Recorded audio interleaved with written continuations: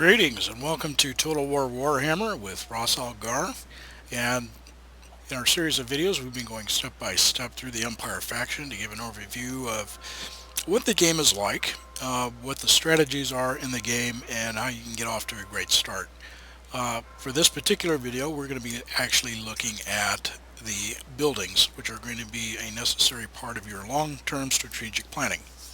Now, if you noticed from our last video, we have the city of Altdorf here, which is our capital of our province of Reichland, which is currently contested.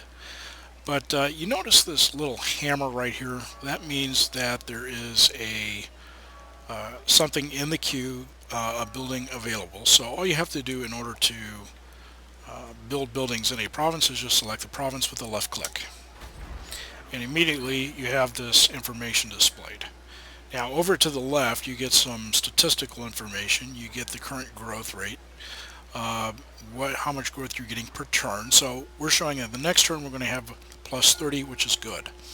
The more growth you have, it enables you to add buildings or upgrade your fortress or province, provincial building, capital building as you go. But the more you build it, the more growth it takes. So you also have your taxes here.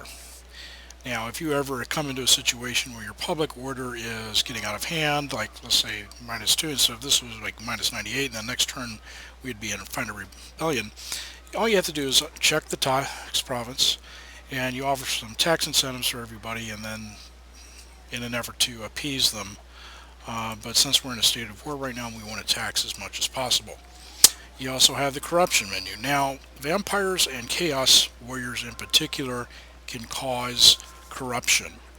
Basically, they send agents into your province, and it has detrimental effects. It affects your public order. When these percentages reach a certain amount, then a faction can materialize to wreak havoc in your province. So you want to maintain public order and avoid corruption at all costs. You also have provincial effects, which can come through play either through heroes or through quest items, but you also have untainted at this point because we have 0 vampire or chaos corruption, and that means any enemy unit coming into our territory is going to suffer attrition. Now, attrition is basically, for example, if I were to move my army into the swamp, if you see that skull and crossbones there, my army will suffer penalties for every turn that they're in that, and you'll actually lose units at a certain rate depending on the situation. It's the same thing with that. If a vampire or chaos army were to enter into my territory right now, they would suffer attrition, which is a good thing.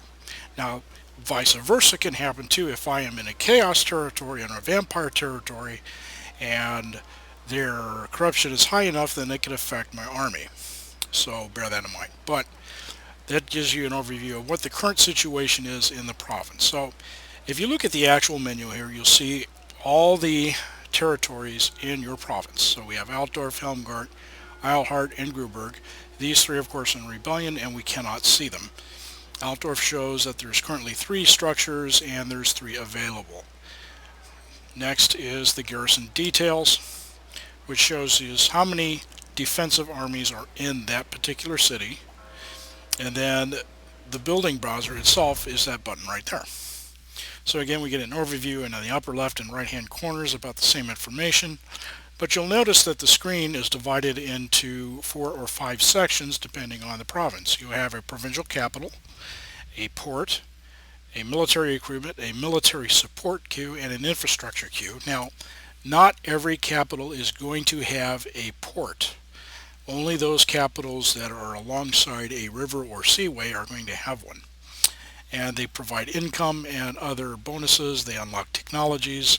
And of course, as we had mentioned earlier, technologies are directly related to your buildings in the Empire. Now, other factions have different things that affect their technologies, but for the Empire, it is the buildings. So we want to research a rally field before we can ever have state troop standards or state troop sergeants. So we'll go back to this here and we'll take a look at that. Right now I've got a level 2 village which provides certain things. So there's bonuses to income, there's bonuses to public growth, public order, and what have you, and a actual provincial garrison. The port, as I mentioned, provides income. Now, the military recruitment, these are the buildings necessary to uh, recruit Army units into your Army. So one of the things we have here is a training field in which allows us sword infantry and spear infantry. But the next immediately one above that here, if we were to upgrade this, would give us crossbowmen and then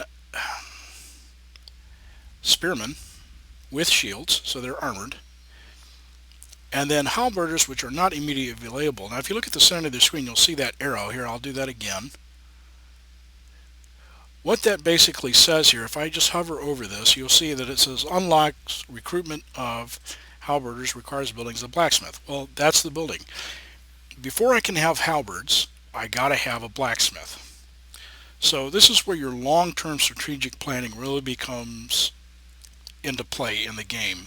You've got to think about what choices you make, because as you notice, I only have 3 buildings, but I only have 3 slots. Now, the more you upgrade your village here, so if I were to upgrade this to a town at level 2, which requires 2 growth, of which I have 0 now, then I would have a slot available.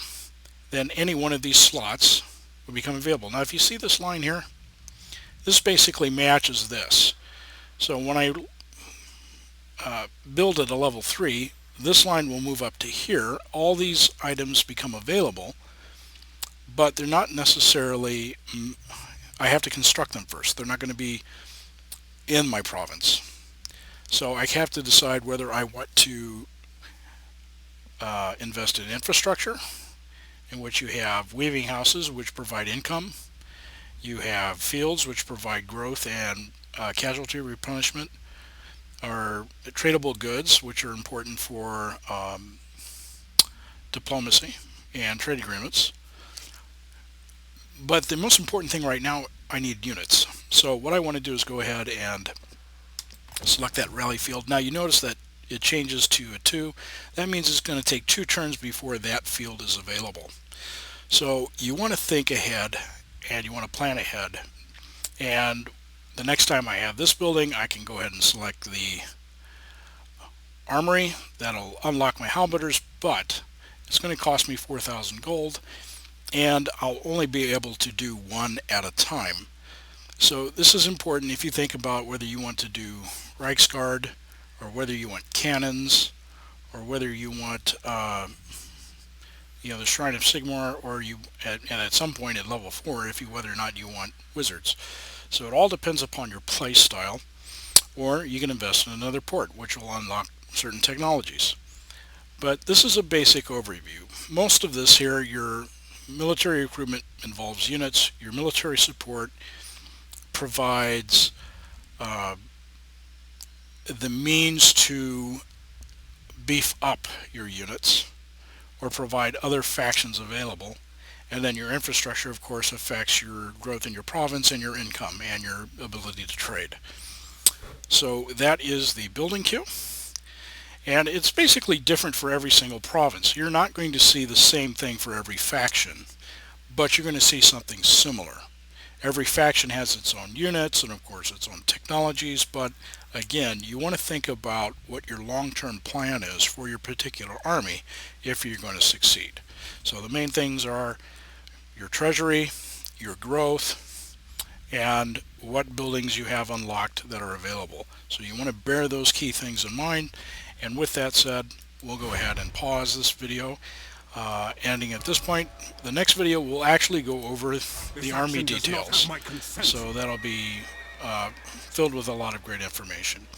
Again, this is Ross Algar. Thank you for watching. Please go ahead and like, or on my channel here, it only takes a minute, and if you're really following this, go ahead and subscribe too. I'm going to try to do about a video every week, so thank you for watching and have a great day.